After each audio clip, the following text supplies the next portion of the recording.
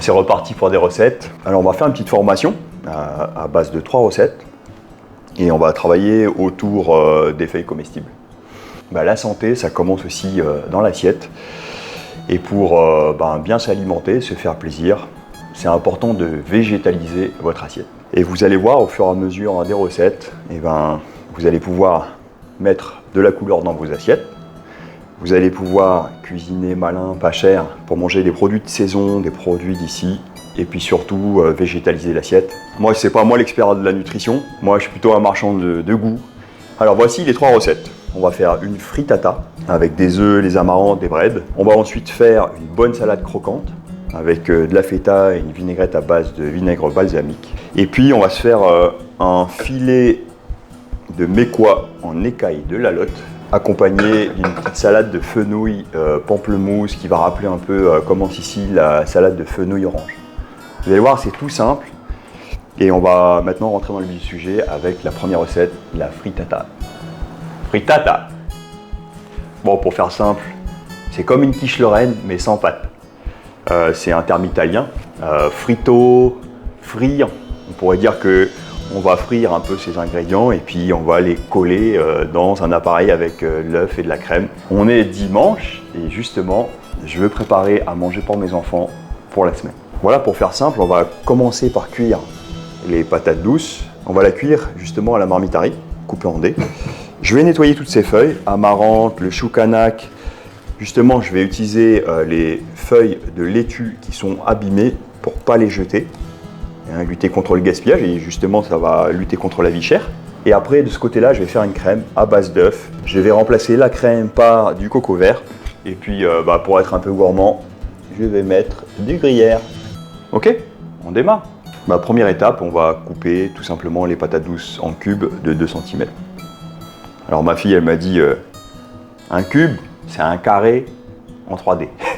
Alors juste un petit conseil quand vous allez couper des patates douces ou des aliments qui sont durs à couper, essayez de trouver une assise comme ça. Et ensuite, là, vous êtes bien positionné pour pas vous couper les doigts. Vous pouvez les cuire entières, ensuite les couper en petits cubes. Essayez d'avoir une coupe uniforme. Donc là, il y a un gabarit ici, là. Vous le mettez en face de vous.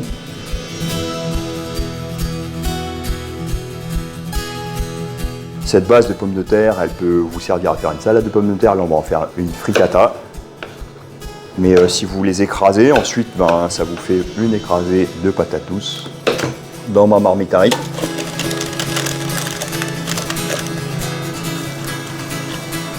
20 minutes de cuisson maximum. Ce qui est important en cuisine, c'est de procéder par étapes. Donc si ça met 25 minutes de cuisson, ça me laisse le temps de m'occuper justement des amarantes et des épinards du Pacifique, les choucanac. Ok, on va nettoyer tout ça et puis on va justement les faire sauter. Le choucanac, il y a plein de variétés de choucanac. Je les essorer un petit peu. Les amarantes, vraiment intéressant, hein. Ça c'est carrément des feuilles sauvages. Hein. Alors ouais, ça fait toujours un peu peur quand on ne connaît pas ces espèces-là. L'avantage de celles-là, c'est qu'elles sont violettes. Là, je vais en préparer en grosse quantité et je vais congeler le surplus. Comme les épinards sont prêts à l'emploi. Regardez-moi les couleurs. Magnifique. Alors là, la salade, elle est un petit peu abîmée. Donc j'ai récupéré les feuilles. Puis regardez, j'avais un petit peu de liseron aussi. Je vais rajouter ça. Et voilà, ça part en cuisson. Ça là, les bâtons de choucanac direct dans la terre et ça repousse. Alors la raison pour laquelle je mélange le choucanac avec les feuilles d'amarante aussi, c'est pas innocent. Ça c'est un peu gluant, ça c'est un peu sec, c'est un petit peu herbacé aussi. Les deux ensemble, en fait, ils vont bien s'accommoder, ils vont bien s'harmoniser. Et je pense qu'avec les plantes comestibles, c'est important de panacher, de diversifier pour que dans la bouche, il y ait une texture qui soit plus agréable. Faut pas oublier, là je prends de la laitue, que tout ça, au fur et à mesure, ça a été sélectionné pour qu'on ait quelque chose de croquant, de sucré, de pas trop herbacé. Il n'y a même plus d'amertume. Alors que sur le choucanac et ainsi de suite, on est encore, j'allais dire, dans l'ancestralité. La raison pour laquelle on est en train de les couper aussi en morceaux, c'est pour éviter d'avoir des gros filaments dans la bouche. Si vous sentez que c'est un petit peu dur, écoutez, et ben vous coupez encore plus fin. C'est comme le chou, plus c'est dur, plus on coupe fin. Là, j'en ai pour 400 francs, 3 €. Ok. Alors ça va perdre en volume, justement, on va les cuire tout de suite. Dans une gamelle bien chaude, un faitout, je vais faire tomber mes feuilles.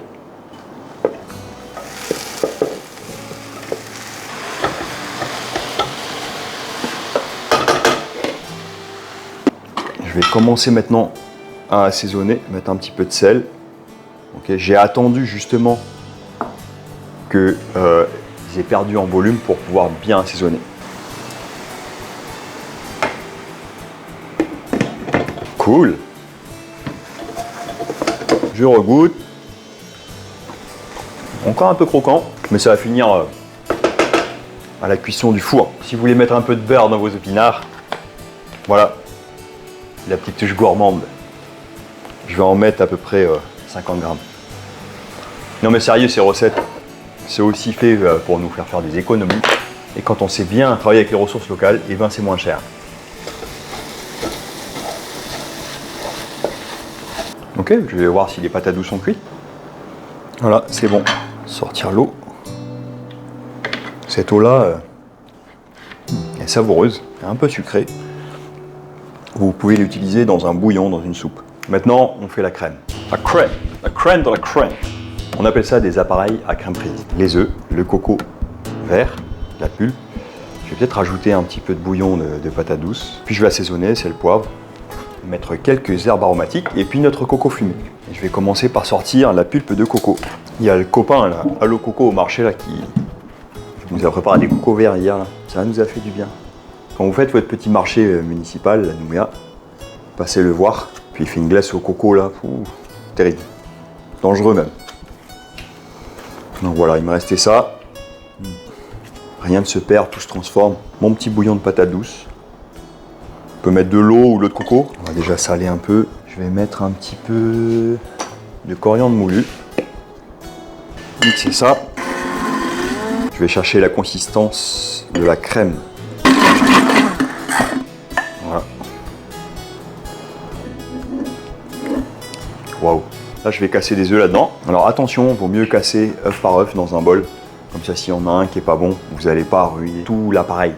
L'appareil, c'est ça. C'est ce qui constitue un petit peu le mélange, l'assemblage de différents ingrédients. Allez, c'est reparti. Je mets un petit coup de mixeur. Et là-dedans, je vais mettre 2 poignées de fromage, le coco fumé, poivre. Allez, je vais mettre un peu de basilic, de sauge. Oh là là, ça sent tellement bon. On coupe ça. Alors, le coco vert, justement, il n'y a pas trop le goût du coco. C'est pour ça que j'utilise le coco vert plutôt que le lait de coco. Ça, c'est prêt. Maintenant, on passe à l'assemblage et puis la cuisson. Voilà nos 3 éléments. Les patates douces pré-cuites en cubes, nos épinards du Pacifique, et là, l'appareil coco et œuf avec un peu de fromage. Ce que je vais faire pour éviter d'écraser mes pommes de terre, je vais tout assembler dans la même gamelle. Je viens mélanger avec le liquide et je vais mettre ça dans mon plat. Donc papier sulfu qui a été préalablement huilé. La patate douce, justement, elle va venir contrecarrer l'amertume de la marrante. Et le gras du coco, ça vient vraiment équilibrer le tout et apporter de la rondeur. Je vais juste rajouter un petit peu de gruyère et puis ça va partir au four. Et je pars en cuisson 180 degrés, à mon avis 15-20 minutes, peut-être un peu plus, on verra. On plantera une lame de couteau pour vérifier que c'est bien cuit. A tout de suite. Je vais la démouler, donc elle a passé la nuit au frigo. Voilà. Beaucoup plus facile à couper. Donc on voit les braides, les amarantes, les épinards du Pacifique, la patate douce. Direct. Ça c'est pour ma fille. Une salade et le petit pot de vinaigrette. Ouais, tu avais raison Charlie. Donc il y a de l'amarante, il y a du choucanac. Et le côté onctueux que tu as deviné, mais c'est justement le gluant du choucanac. Finalement, là où certaines personnes n'aiment pas le choucanac parce que c'est trop gluant, bah là c'est un atout. Voilà, c'est ce qu'on essaye de travailler, c'est sur les textures et les associations de textures. Voilà, il faut tout pour faire un monde. On a vraiment une recette équilibrée. Comment tu dis en italien? Frittata. Ben ça, c'est pour ma grand-mère et ma tante qui, j'espère, me regardent en Italie. La frittata, pour moi, ça a toujours été voilà, des œufs frits quoi, à la poêle, une omelette. Tu vois, quand je vois ça, je trouve qu'on a du mal à manger doucement. Je me suis dit qu'il y a un rapport entre manger doucement et le portefeuille. Tu vois, non? Non, je peux pas, parce que l'argent il sort trop vite du portefeuille. Mais... Bah, plus tu manges vite, plus tu manges, oui. Et plus ça coûte cher. Oui. Donc voilà, mangez doucement. Vous allez faire des économies. Je sais pas si on peut vraiment dire ça à la télé, mais tant pis, je l'ai dit, voilà. Rocketman. C'est Elton John. Ok, petite salade pour accompagner la quiche. Ok chef, c'est bon. Je vous la fais tout de suite. Là, l'idée, c'est encore sur les feuilles comestibles et notamment un petit peu l'amertume des endives et de la roquette. Voir comment on va compenser avec le cœur de laitue et le croquant, le sucré du concombre. Ok. Ce qui va être important, c'est la taille. Comment on va tailler de telle manière à ce que ça fasse du volume, que ça soit beau au regard et que ça soit agréable en texture. Mes petites endives. Là, j'ai mis du citron pour pas que l'endive elle s'oxyde. C'est une des astuces qui est importante quand vous cuisinez. Tout ce qui va noircir, vous allez rajouter un peu de jus de citron d'acidité. Alors attention, si vous mettez de l'acidité sur de la chlorophylle, donc sur des légumes verts, le vert il va devenir beaucoup plus pâle, ça va s'oxyder. Quand je coupe des légumes, je cherche la texture. Donc là c'est assez croquant, 2-3 coups de dents et puis ça y est. Je vais faire pareil avec ma salade. Donc là c'est du cœur de laitue. Ok, je vais effeuiller la roquette. Souvent, là, on enlève la côte. Finalement, la cuisine, c'est que du bon sens.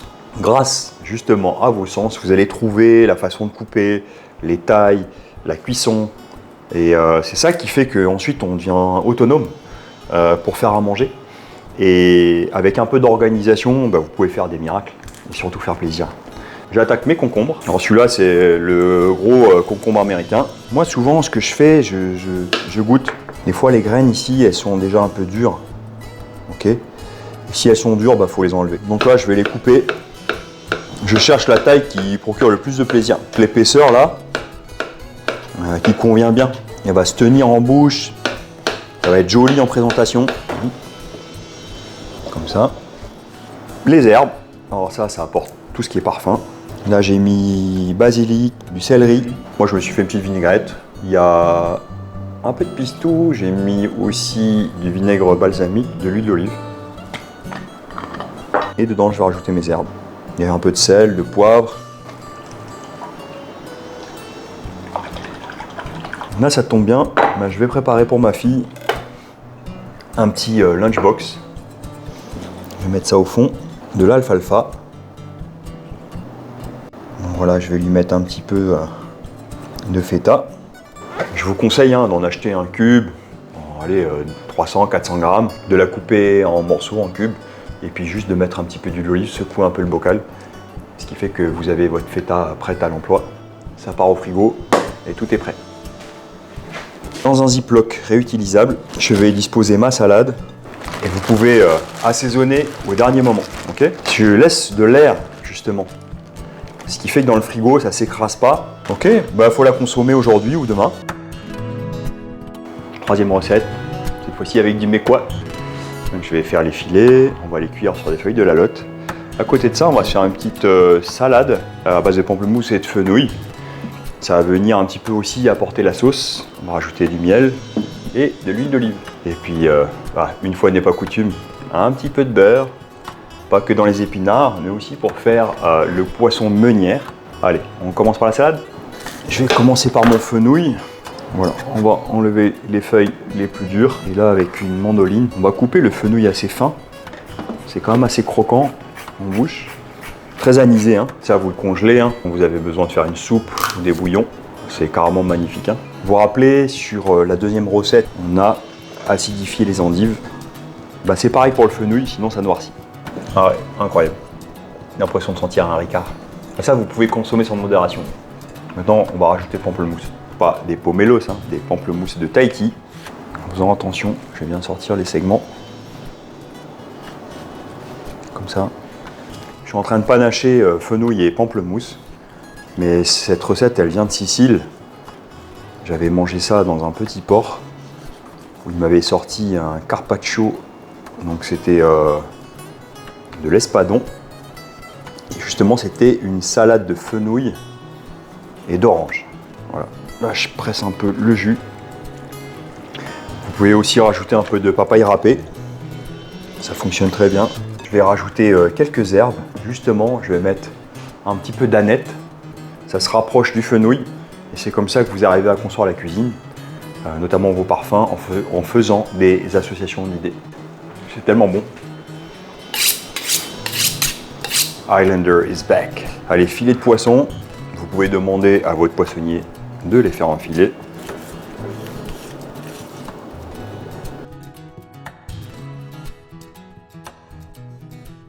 Là, il y a les arêtes au milieu ici. Donc là, je descends, mais je coupe pas la peau ici. Hein. Là. Ici, pareil de l'autre côté. Voilà. Ok. Et là, quand j'arrive en bas, je passe de l'autre côté.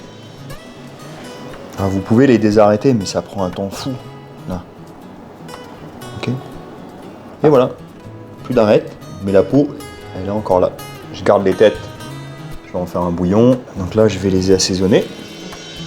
Côté peau, poivre. La peau a été grattée, hein. Un petit peu de sel. Voilà.